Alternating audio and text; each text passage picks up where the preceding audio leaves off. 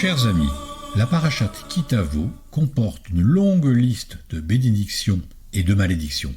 Cette liste est précédée par 12 imprécations.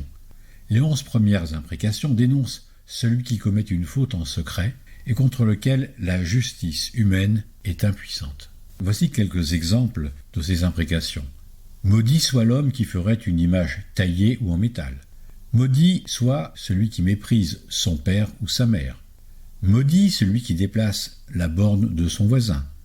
Maudit celui qui fait perdre son chemin à l'aveugle. Maudit celui qui couche avec la femme de son père. Maudit qui couche avec sa sœur. Maudit qui couche avec sa belle-mère. Maudit qui frappe son prochain en cachette. Maudit qui se laisse corrompre pour immoler une vie innocente.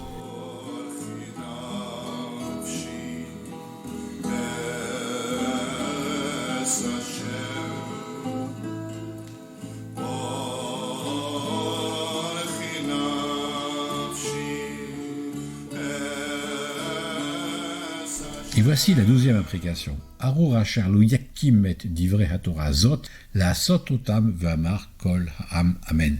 Maudit qui n'accomplira pas les paroles de cette loi et ne les mettra pas en pratique. Et tout le peuple dira amen.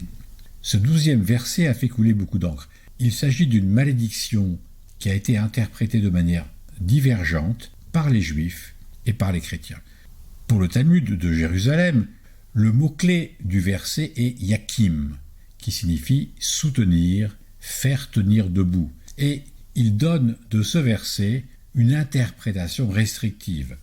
Cette malédiction ne concerne pas les particuliers, mais s'adresse aux juges, aux rois, aux puissants, à tous ceux qui sont détenteurs de l'autorité et qui doivent soutenir publiquement la Torah. Toutefois, Rashi a interprété cette malédiction de manière extensive. Elle s'applique, selon Rashi, à chacun, s'il ne respecte pas toutes les lois de la Torah.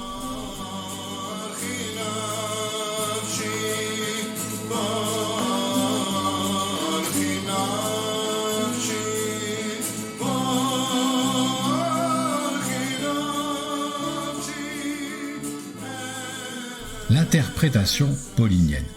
Paul a compris le verset comme Rashi, et il cite cette imprécation dans l'épître aux Galatiens pour démontrer que ceux qui vivent sous la Torah sont sous une malédiction, car on ne peut jamais être en règle avec Dieu par l'observance des mitzvot. Je cite Paul. Car tous ceux qui s'appuient sur les œuvres de la loi, c'est-à-dire les mitzvot, sont sous la malédiction, comme il est écrit « Maudit soit quiconque ne fait pas tout ce qui est écrit dans le livre de la loi », d'autres versets. Il rajoute, en citant l'Ecclésiaste, Qoéleth, il n'y a pas sur terre un seul homme juste qui fasse le bien et qui ne pêche pas. Il conclut donc, tôt ou tard, la malédiction de Devarim s'appliquera à chaque juif. La solution préconisée par Paul est la suivante. Jésus a pris la malédiction sur lui et désormais les hommes sont justifiés devant Dieu par la foi et non plus par les œuvres, c'est-à-dire par les mitzvot.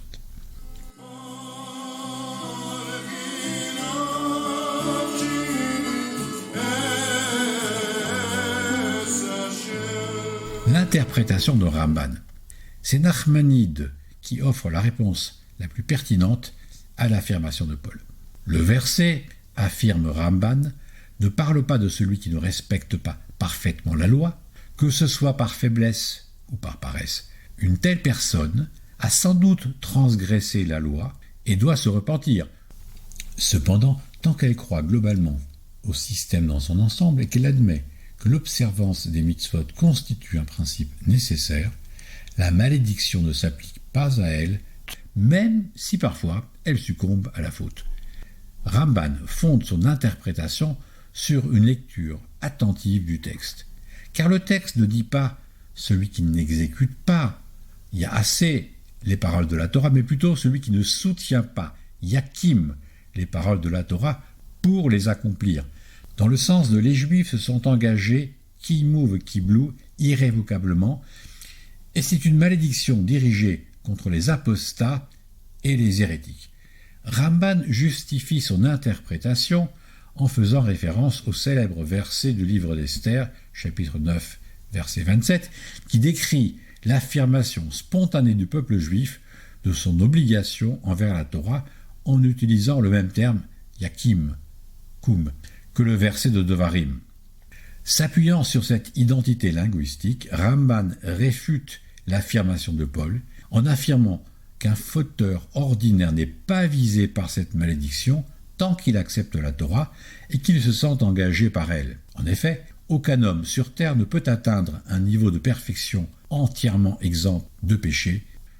Avec la réinterprétation de la malédiction que nous propose Ramban, toute l'argumentation de Paul s'effondre et son affirmation selon laquelle le salut est obtenu par la foi et non par les œuvres est invalidée.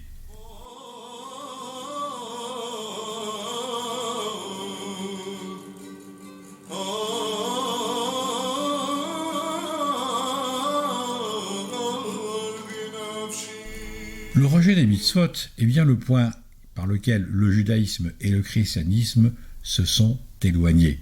La décision de Paul de remplacer les œuvres, c'est-à-dire les mitzvot, par la foi, est ce qui a créé un hiatus irrévocable entre le judaïsme et le christianisme. Shabbat Shalom.